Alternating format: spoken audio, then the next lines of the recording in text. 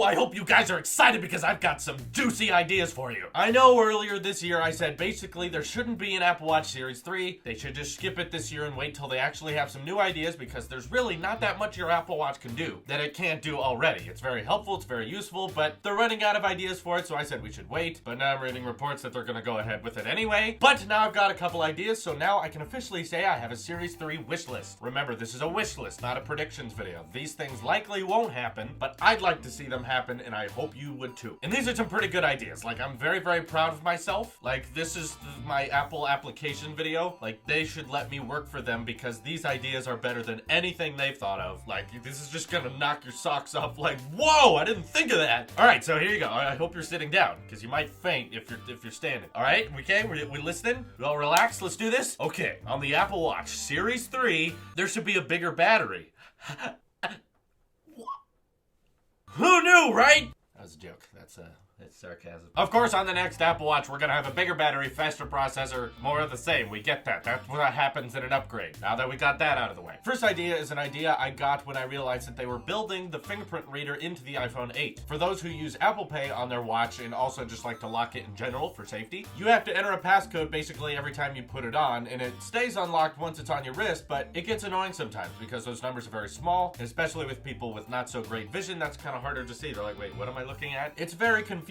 And if we are able to build a fingerprint reader into the next iPhone, the Apple Watch is the perfect size for us to be able to put a fingerprint reader on the whole front of that display so that when you put it on, it just asks, hey, put your thumbprint on there, put any fingerprint on there, and then your watch is unlocked. Way easier than it was before, having to put in that code just right. So there's a new clever way of adding security. And of course, this goes along with the great feature of being able to unlock your watch, which also unlocks your phone if it's not unlocked already. Just so we branch Touch ID into every field. That would be nice, right? Next thing is something that definitely probably will not happen, but the technology for it is possible. Samsung's making curved displays. It's rumored that maybe even the iPhone 8 could have curved displays. We don't know for sure, but we know the technology is there. And what I'd really like to see is basically every part of the Apple Watch as it is right now that is glass, let's turn that into a display, a rounded on the edges and curved resolution, which would look really, really cool to see that operating system and your watch faces and your notifications all warp to the watch a little bit. Because right now the Apple Watch is great, but those bezels are very, very noticeable and obvious. I'd like to see that display go all the way to the edge and be rounded off. That way we can have a bigger display so visuals are easier without actually making the watch itself bigger, because we all know Apple likes things to be small. Before, I think last year I talked about wanting like a bigger version of the Apple Watch because I still think this is pretty small. I would actually be okay with the form factor of the 42mm as long as they were able to push the display all the way to the aluminum, basically bezel-less. That design I think would attract a lot of people and encourage us to say, okay, this is looking pretty different and neat. That I would very much appreciate. The next thing I'm sure is controversial, but I'm gonna recommend it anyway. On the iPhone 7, we got rid of the physical home button. There's still a ring and there's still a place on the phone that you press, but it's a taptic engine going off when you press it. I'd like to see that added to the two buttons on the side of the Apple Watch. And a lot of people are gonna hate that, I understand. You like your real buttons. But the Apple Watch is waterproof, and for those who don't know, when you kind of swim with it in water for a while, or you just get it wet at least, you can kind of hear the water in there when you press your digital crown or you press the button on the side, which I think it doesn't hurt anything, but it's noticeable. And I think it might help with waterproofing, maybe even manufacturing, if we came up with a way for both of these buttons to be pressure sensitive, but instead of them being physical clicks, they're taptic engines going off. And in that way, you can make the button on the side flush with the Apple Watch so it doesn't stand out, and you can make the digital crown a lot smaller while still being able to rotate. It doesn't just physically press down anymore. That's the difference. We've got a very capable taptic engine in there, and I think that would help with the waterproofing as well as durability, keeping sand and dust out of there, as in there's no way for all that stuff to get in. Next is something I finally changed my mind on. People have told me for a long time they wanted to see this change, and I always disagreed, but I'm finally caving and saying,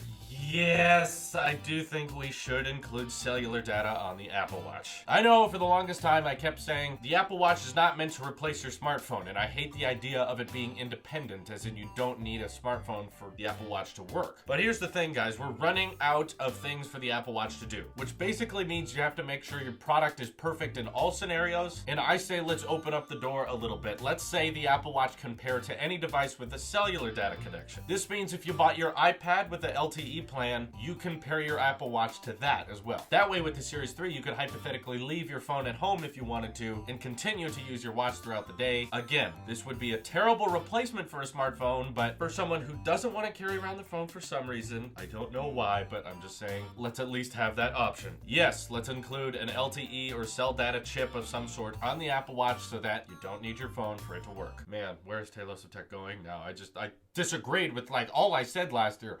But okay, you know what? The more reasons to upgrade we can get on the next Apple Watch, we should take. Which of course also means if we can use the Apple Watch independently from the iPhone, boy does it kill me to say that, we should also consider a storage bump. Right now there's 8 gigs of space on here, but you can only put a certain amount of space of each kind of file. You can only have 2 gigs of music, a certain amount of gigs for photos, but it's limited. If it is independent, I'd like to see that bumped up to maybe 16, maybe 32 gigs, or maybe dependent on the size. Maybe if you get the 38mm, you get 16 gigs. If you get the 42mm, you get 32. That way you can store all of your music on there if need be, and it can be your little, wrist iPod. Again, I won't recommend it, but if we're running out of things to put on it, I say do that. The W1 chip is a really easy way to pair new accessories to modern day iPhones. I think we should also include that with the Apple Watch. They kind of missed their mark because the Series 2 and the iPhone 7 came out near the same time, but I think it'd be really neat if when you buy your Series 3 Apple Watch, you turn it on and then it just kind of pops up on your iPhone. You're like, yep, pair, connect, and there you go. It wouldn't be something you noticed a lot, but still. It'd also be cool if you could hold up your AirPods next to the Series 3, and when you flick it open, they tell you the battery life, and they tell you that you can connect it directly to the Series 3, kind of to encourage that the Apple Watch can be its own product, but for it to set up, you're gonna need an iOS device with cell data, no longer just an iPhone. A lot of people say if they want a rounded Series 3 Apple Watch, I do not. I've used Android Wear, and I know how weird it is to try to fit an operating system in a circular display. I just don't think that fits well because you're trying to make it look like a classic watch, but this isn't a classic watch. This is used for so much more than what a regular watch is used for. So I don't encourage that. If Apple does it, they'll probably make it user-friendly enough and intuitive enough for me to like it, but I say stick with the way it is now. Also, all of our old watch bands would no longer work with that new Apple Watch, which I am keen on. I want to make sure that at least for the next 10 generations of Apple Watch, we don't have to buy all new Apple Watch bands because they are expensive. And you know how they attach? Adapters probably won't happen. And if they do, they're gonna look really weird. If Apple changes the shape of their watch and we all have to buy adapters for our old watch bands to wear, it's not gonna be pretty. We need to keep that there. The Series 3 can be thinner, but everything I listed in this video you could keep with this form factor because this isn't heavy and it doesn't take up much space on your wrist. It's very light. So I hope you enjoyed my wish list. I'd like to see what else you can think of in the comments below. This is your Apple Sheep here, and I will see you in the next one.